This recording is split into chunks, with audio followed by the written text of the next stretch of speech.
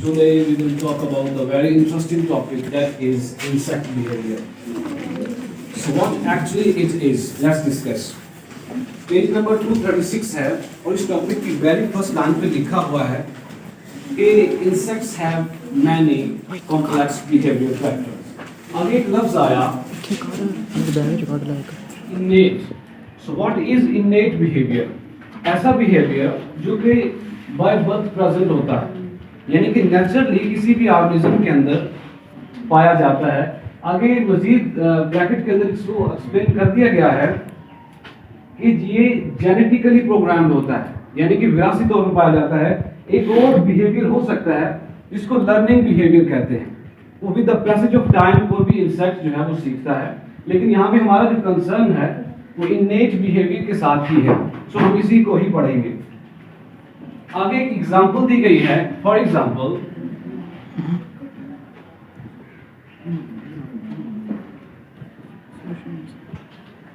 a newly emerged queen, यानी कि किसी भी हनी बीज के छत्ते में, हाइव से बाद छत्ता, उसके छत्ते में कोई भी जो न्यूली emerged क्वीन होती है वो सर्च करेगी एंड डिस्ट्रॉय कर देगी बाकी तमाम क्वींस को.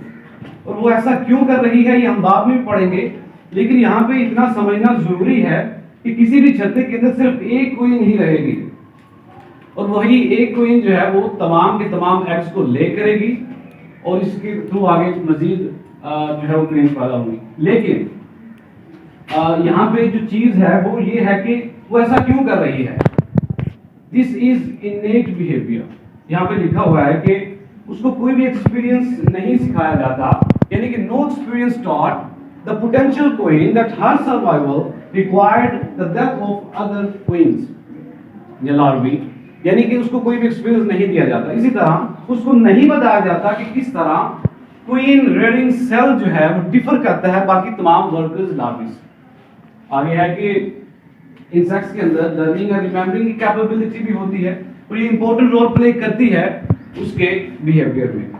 न्यू टॉपिक शुरू हो रहा है with the name of social insects.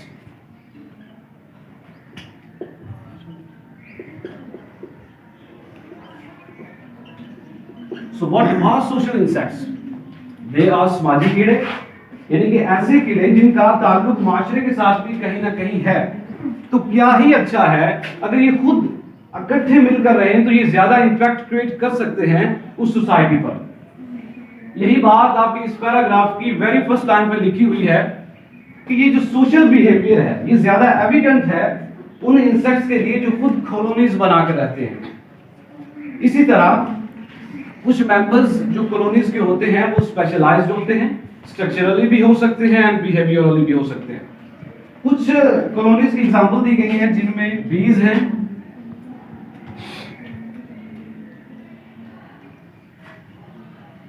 वेस्प्स हैं, एंड्स. इनका जो कलेक्टिवली ऑर्डर लिखा हुआ है वो है ऑर्डर हाइमेनोप्टेरा.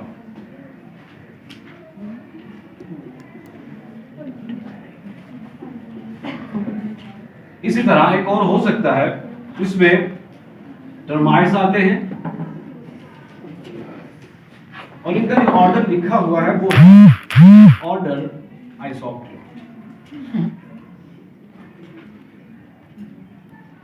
आगे एक लफ्ज आया कास्ट. कास्ट क्या होती है? जैसे कि हम इंसानों में मुख्तलिफ जातें होती हैं, जैसे कि भट्टी है, खरल है, खोखर है और इसी तरह मजीद भी हो सकती हैं. कुक्कड़ जात भी होती है इंसानों में, आपको पता है कुक्कड़. तो इसी तरह यहाँ पे भी इनमें जो है वो मुख्तलिफ जातें होंगी. इसकी डेफिनेशन क्या बनेगी, यानी कि each kind of individual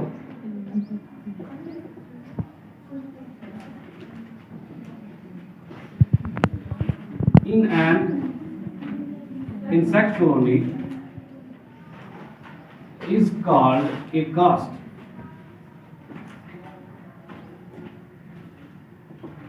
cast का लफ्ज आया तो क्यों ना इसे शुरू करें. कौन कौन सी कास्ट हो सकती है? इनमें 3 to 4 कास्ट लिखी हुई है, किसी भी कॉलोनी के अंदर हो सकती हैं. तो वो कौन कौन सी हैं? इनमें आ जाती है क्वींस, इनमें आ जाते हैं वर्कर्स,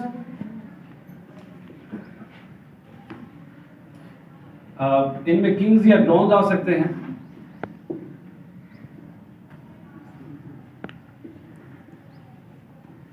इनमें सोल्जर्स आ सकते हैं।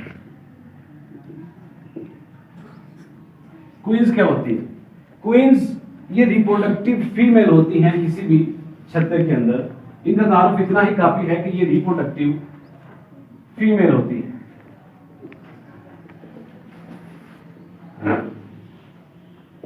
वर्कर्स क्या होते हैं?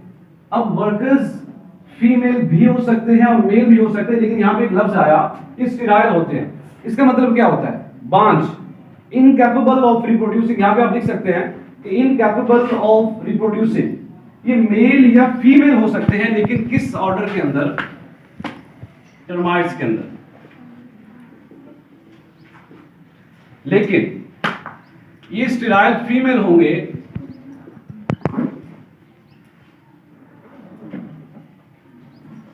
किसके अंदर? ऑर्डर हाइमेनॉप्टेरा, जिसके अंदर आ जाते हैं बीज भी आ जाती हैं, वेस्प्स एंड एंड्स भी आ जाते हैं। क्योंकि यहां पे हमने पढ़ा कि ये इनकैपेबल ऑफ रिप्रोड्यूसिंग होते हैं, तो इनका जो रिप्रोडक्टिव ऑर्गन है वो डीजनरेट कर जाता है। तो अगर ये रिप्रोडक्शन नहीं करते तो फिर ये क्या करते हैं? ये सपोर्ट करते हैं, प्रोटेक्ट करते हैं and maintain the colony.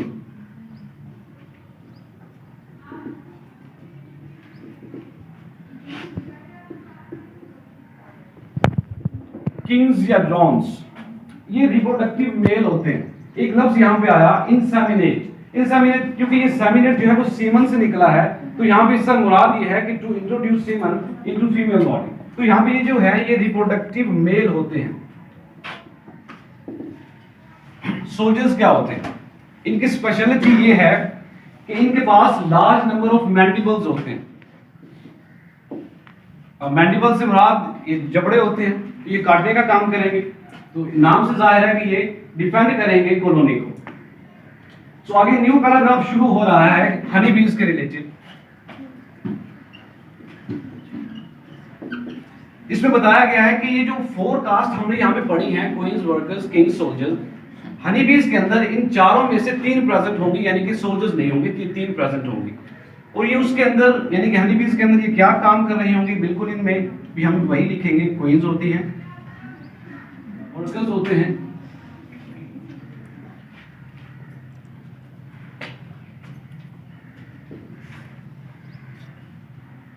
Queen's. यहाँ पे क्योंकि ये रिप्रोडक्टिव फीमेल है, तो एक ही क्वीन, फिर मैं बता रहा हूं बार बार कि एक ही क्वीन प्रेजेंट होगी और वो एक क्वीन ही तमाम के तमाम एग्स को ले करेगी। One queen less all eggs. Workers क्या होते हैं? क्योंकि हमने पढ़ा, क्योंकि हम बीज को पढ़ रहे हैं, तो क्योंकि इसका ऑर्डर हाइमेनॉप्टेरा है और हमने पढ़ा हाइमेनॉप्टेरा के अंदर ये स्टेराइल फीमेल होते हैं वर्कर्स। तो यहां पे ये स्टेराइल फीमेल होंगे, तो ये काम क्या करेंगे? कंस्ट्रक्ट करेंगे कॉम्ब को, construct the comb out of wax that they produce. उसके बाद ये गैदर करेंगे नेक्टर को एंड पोलन। इसके साथ साथ ये क्या करेंगे? फीड करेंगे, feed the queens and kings। Care करेंगे लार्वे की, care for and guard and clean the colony.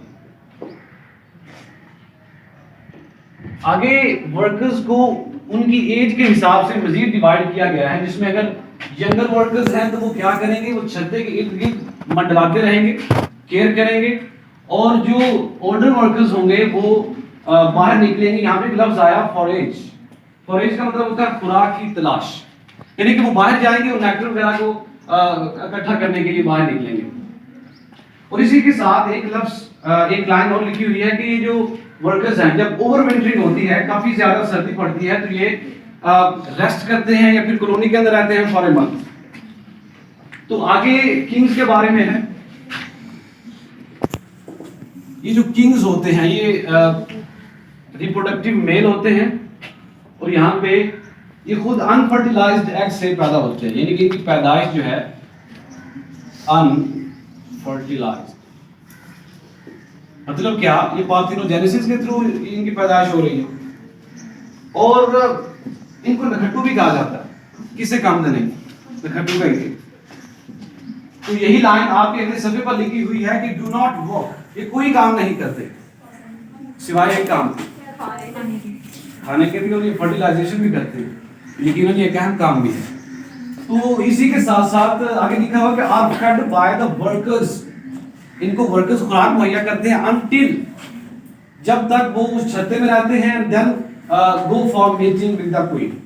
सो यहां पे आगे एक टर्म यूज हुई है pheromone. So what is pheromone? It is a caste regulating chemical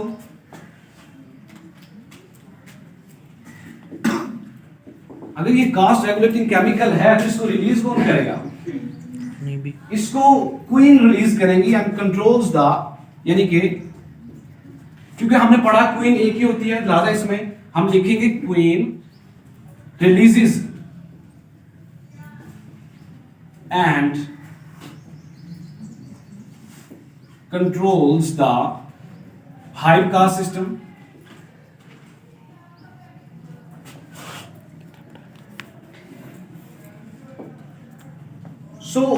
फिर क्या होगा, क्योंकि क्वींस इस फेरोमोन को रिलीज कर रही हैं, तो फिर क्या होगा, ये जो वर्कर्स हैं ये क्वीन को लिक करेंगे। लिक से मुराद ये है, यहाँ पे है कि चाटेंगे और इसी असना में, यानी कि इसको लिक करेंगे एंड ग्रूम करेंगे।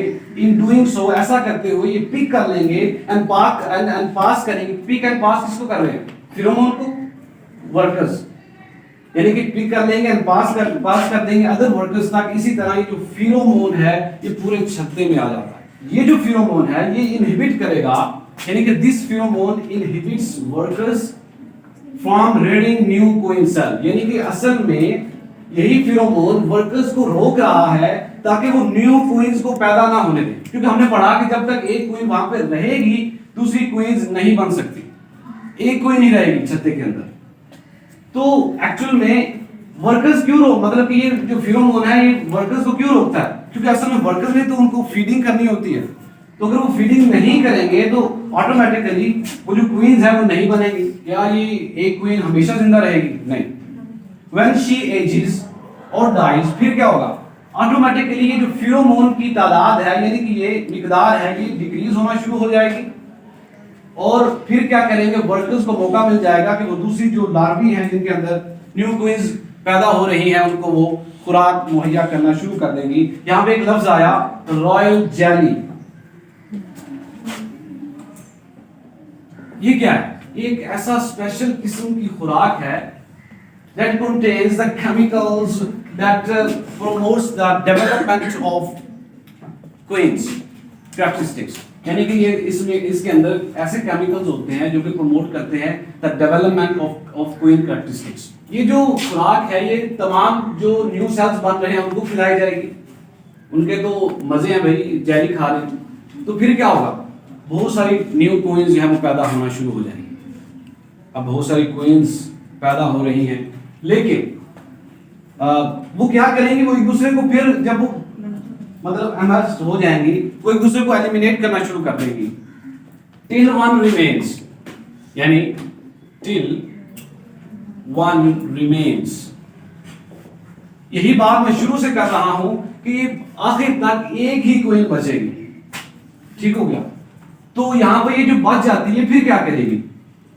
She goes for mating flight, वो फ्लाइट पकड़ेगी मेटिंग के लिए। Then she returns to the colony where she lives for several years, फिर वहां तक कॉलोनी में काफी अरसे तक, काफी सालों तक वहां रहेगी।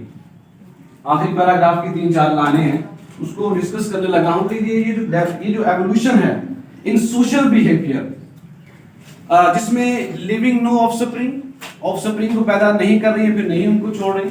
और इसी के साथ जो है जिसमें सैक्रिफाइसिंग की इनमें खासियत मौजूद है, जिसमें हमने देखा कि क्वीन जब पैदा होती हैं तो एक दूसरे को सैक्रिफाइस करती हैं ताकि एक बात जाए। वो ऐसा क्यों हो रहा है? यहाँ पे एक लफ्ज आया परपेचुएशन, इसका मतलब क्या है? दवाम, इस्तेमरार, इंग्लिश में लॉन्ग लास्टिंग, तादेर कायम रहना। तो यानी कि ये जो बिहेवियर देखा एवोल्यूशनिस्ट ने, तो वो काफी सालों तक पजल रहे कि ऐसा क्यों होता है। स्टिल हम इनको दो टर्म्स के जरिए पढ़ सकते हैं, सीख सकते हैं, समझ सकते हैं। और वो क्या है? वो आखिरी लाइन पर लिखी हुई है कि किन सिलेक्शन, एल्ट्रुइज्म। किन सिलेक्शन से मुराद यह है कि अपनी नस्ल को बरकरार रखना, और एल्ट्रुइज्म हमने इंग्लिश की वोकैबुलरी में पढ़ा था कि ये इज़हार होता है। So it is the end of all lecture. Hopefully कि आपको सही से समझ आया होगा। फिर भी अगर कोई क्वेश्चन है तो आप कर सकते हैं, लेकिन उससे पहले मैं जल्दी से रिव्यू करने लगा हूं ताकि कोई भी बहाना हो तो वो क्लियर हो जाए। इंसेक्ट बिहेवियर हमने पढ़ा। इनेट बिहेवियर क्या होता है? जो कि जेनेटिकली प्रोग्राम्ड होता है। इसमें हमने एग्जांपल देखी जिसमें एक क्वीन जो है वो बाकी तमाम क्वींस को डिस्ट्रॉय कर देती है, लेकिन वो ऐसा क्यों करती है? क्योंकि जो इसको एक्सपीरियंस नहीं दिया जाता कि ऐसा करे। वो उसकी जेनेटिकली प्रोग्राम यानी कि उसकी नेचर में मौजूद होता है। इसी तरह हमने अगला टॉपिक देखा सोशल इंसेक्ट्स का, जिसमें हमने कुछ कॉलोनीज की एग्जांपल देखी, बीज, वेल्स एंड ऑर्डर को देखा, हाइमेनोप्टेरा, टर्माइट्स को देखा जिसका ऑर्डर है आइसोप्टेरा। कास्ट के बारे में हमने पढ़ा। फिर हमने देखा कि 3 to 4 कास्ट जो है वो हो सकती हैं। क्वींस को देखा, वर्कर्स, किंग्स और ड्रोन्स क्या करते हैं? रिप्रोडक्टिव मेल होते हैं। सोल्जर्स के बारे में पढ़ा।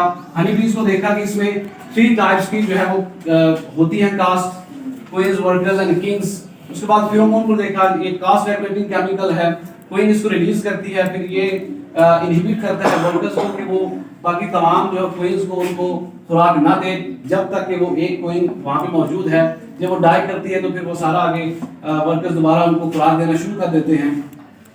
तो इसी तरह ये जो एक क्वीन जो बचती है वो फिर बाकी वो फर्टिलाइजेशन करती है, तो इस तरह ये होता है। So that's all. क्वेश्चन आपके माइंड में